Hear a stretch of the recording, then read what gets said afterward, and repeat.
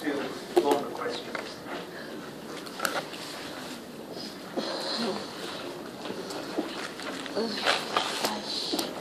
Let's look at economic growth.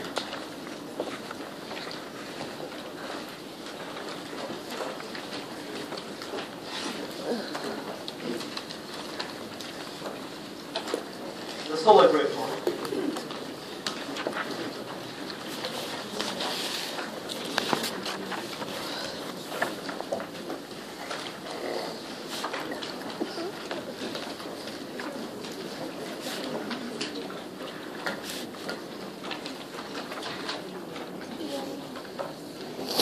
So what is the Solow growth model?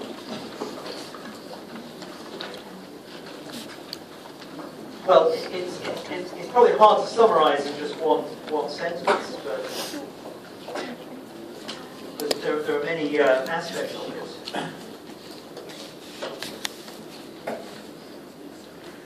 But if you had to isolate a key feature of the Solow growth model, so firstly, what is a growth model? Growth model is basically a framework to think about countries' long-run prosperity, or what affects levels of living standards across countries over time. It's a model used to talk about long-run transitions in the long run, those types of issues. What will affect basically the supply side of the economy, the level of potential output, the level of GDP that we will have in the future. Those are the types of questions we might ask using a growth model. So Solow's growth model, the best known, has arguably one key feature which is responsible for most of the results that come out of it, some striking results. Do you know what that is?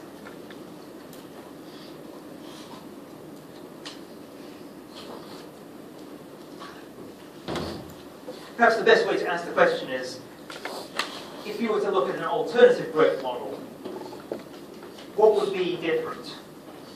I mean, I guess you don't do that many different growth models in this course. You presumably do the AK model. We'll talk about that later. But for those of you who know both Solow and AK models, two growth models that have very, very different implications. What distinguishes them?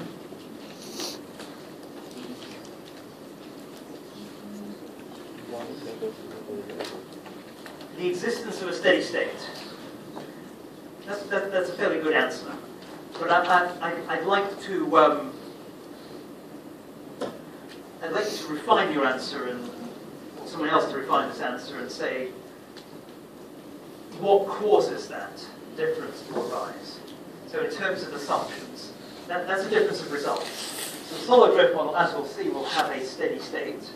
The AK model will not have a steady state. There is a particular assumption responsible for that result. That assumption is arguably the most important of the Solow model's assumptions. What is it? Diminishing returns to scale. Diminishing returns to scale. It's almost right, except one word is wrong in that phrase. Diminishing returns to capital, to factors of production, to each factor of production individually, not diminishing returns to scale. I'm going to come back to this in a minute, but let me just write down what the correct answer is first. So, diminishing returns to capital is the most important.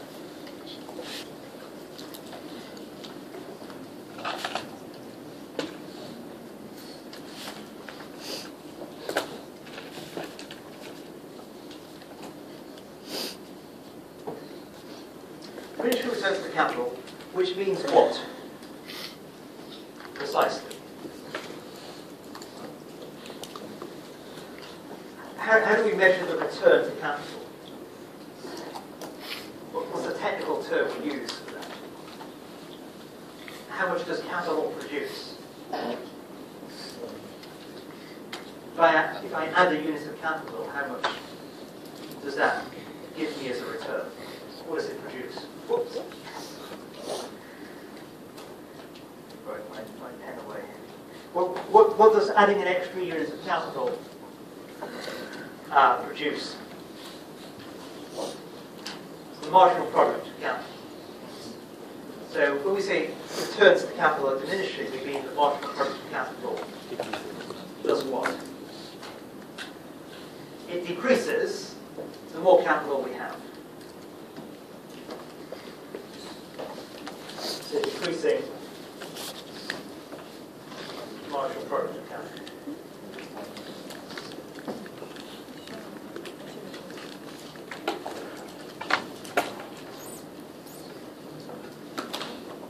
So add another unit of capital.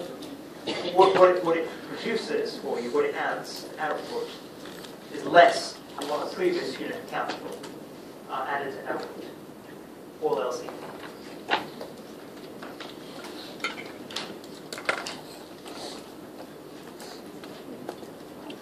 Okay, so when I first asked this question, I got the answer: diminishing returns to scale. That's not correct. But what do we say about returns to scale? They are constant. If I had $1 for every time someone mixed up diminishing returns to capital to diminishing returns to scale, I would be a rich man. So I've seen this mistake so many times. I don't understand how it persists. So there are constant returns to scale by assumption and diminishing returns to capital. What does returns to scale actually mean? I mean, returns to capital is relatively easy to understand because you have an input into production, you change that, you ask what impact does that have on output. What is returns to scale?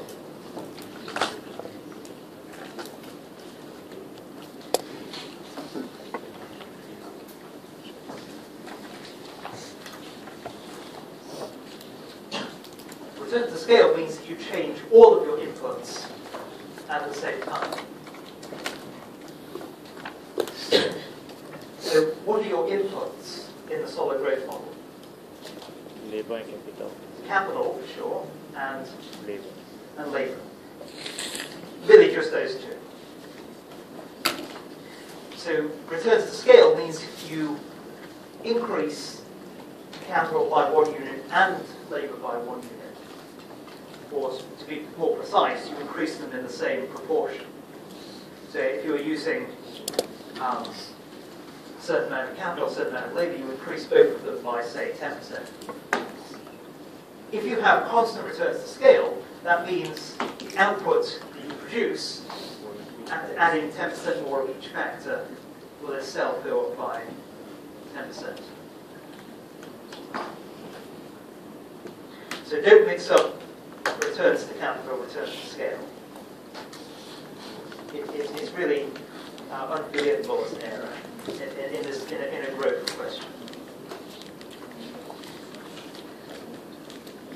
If we made a list of assumptions, this is basically what we're doing. We're describing what ingredients go into the solid growth model. If we made a list of these assumptions, we might come up with at least 6 possible assumptions, possibly more, and try to write them in order of importance.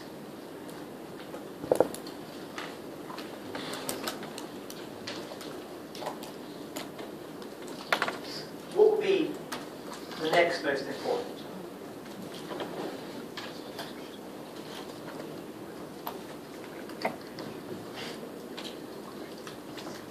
Or just give me another assumption, and then I'll tell you how important it is.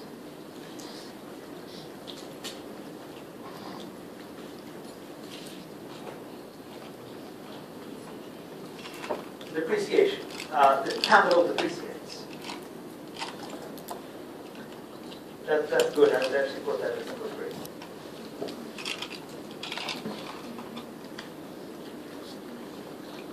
So capital is a factor of production that's accumulated, but it doesn't stay around forever unless you maintain it. So capital depreciates, and to keep things simple, we assume it's a constant. The depreciation takes place at a constant rate.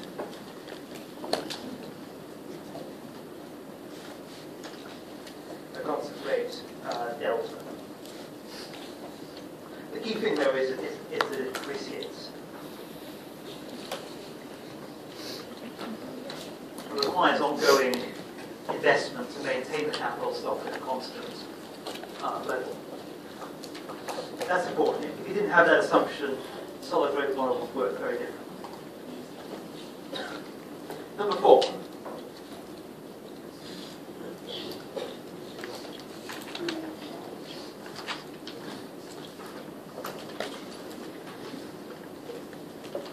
Well, what are the other assumptions?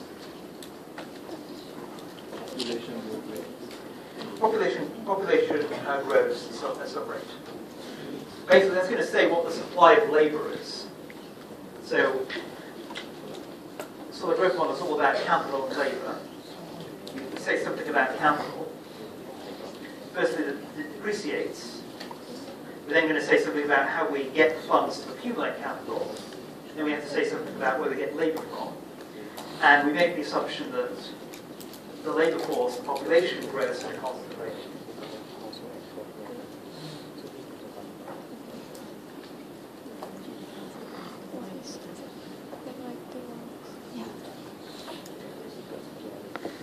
It's not the most important assumption, but we have to say something about our population. So let's call the growth rate N. Population is the workforce in the solid growth model. That workforce, that population grows at rate N. 2 assumptions missing. You assume that the economy consists of only people, households, and firms, and the essence of government. I mean, we don't even often go into that level of detail in this. I mean, I guess what you mean is that maybe there's consumption plus investment has to add up to income. Is that what you mean? That's almost not even an assumption. That's a requirement. That's like the most basic resource constraint you could possibly say, that you can't get consumption investment from nothing. You need to use income. You need to use the economy's output for those 2 things. I'm not going to add that to the list because that's not something we could ever choose to assume or not. I mean, we might assume there's no government spending, in which case it's just C and I. We might assume there's no net exports. But the idea that there's a market clearing condition or resource constraint, that's not really an assumption. But we certainly have an equation for it. I take that point. But assumptions, things that we could imagine were different. You couldn't really contemplate changing, dropping y equals c plus I equals g plus net export. You can't have an alternative to that equation. You could have alternatives to these assumptions.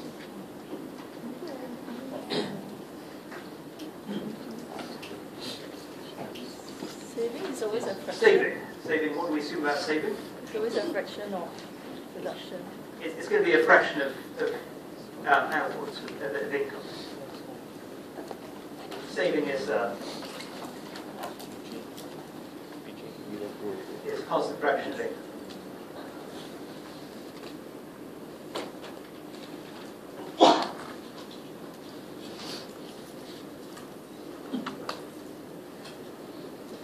We might use small s to denote the saving rate. Finally, assumption 6. Assumption 6, I'm not even going to use in this particular question. We're told that there is no technological progress, but you're probably familiar with the version of the solid model that does assume that technological progress takes place at a constant rate. here we're going to treat that rate as 0. Technological progress at constant rate G's.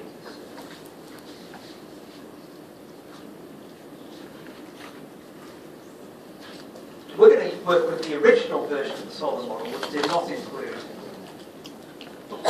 that assumption.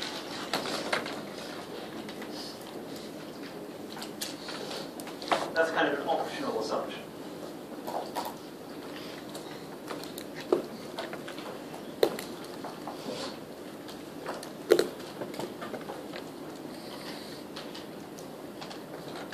It is actually important if you want to explain one particular thing using the solid growth model. The reason I listed it last is that it's not the key ingredient that's going to be responsible for finding to get the solid growth model. Okay, so let's turn to the details of solid growth model before we try to answer the question. Okay, so this is the basic structure. And you can think this is the basic structure of any growth model. Firstly, there's a production function.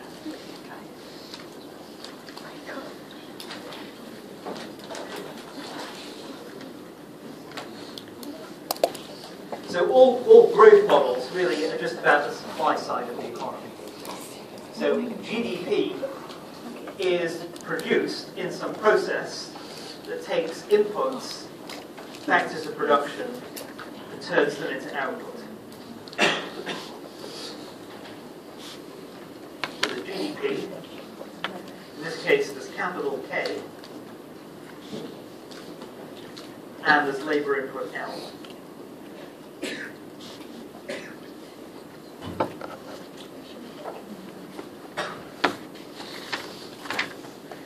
So, our goal, of course, is to understand how this GDP, or GDP per person, varies over time across countries, so we can ask questions about, say, living standards. That's the point of a growth model. So once you've written a production function down, and our first two assumptions, 1 and 2, are about this production function, we then need to say, where do we get the K from? Where do we get the L from? And once you've answered that question, there's really nothing more to say, because put the K, put the L in, and you've got GDP. Okay, so firstly, where do we get the K from?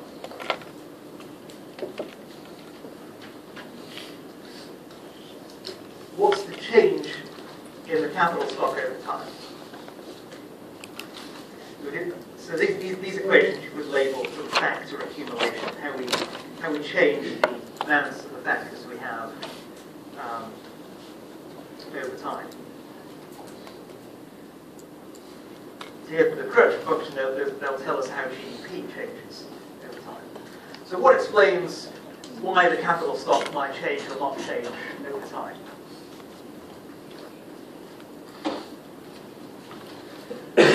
Again, it's not, this equation is not going to really be an assumption. We have to invest in order to get capital. So that's what it means to accumulate capital. However, we need to, assumption 3, take account of the fact there is depreciation. So some of our investment doesn't actually increase the overall capital stock, it just replaces what is worn out. So delta times K wears out. You must invest at least that much just to stand still. Anything above that allows us to increase the capital stock. Okay? Then, where does investment come from? It's a closed economy. So, it's a closed economy with no government. So investment equals savings. So the only place that household savings can go is to firms. This is very much related to the discussion we had before. If you think of the definition of savings as income minus consumption, and the resource constraint being resources that are either consumed or used for capital accumulation, investment, then that's equivalent to saying investment is equal to savings.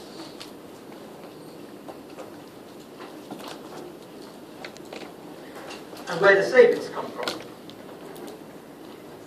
We can't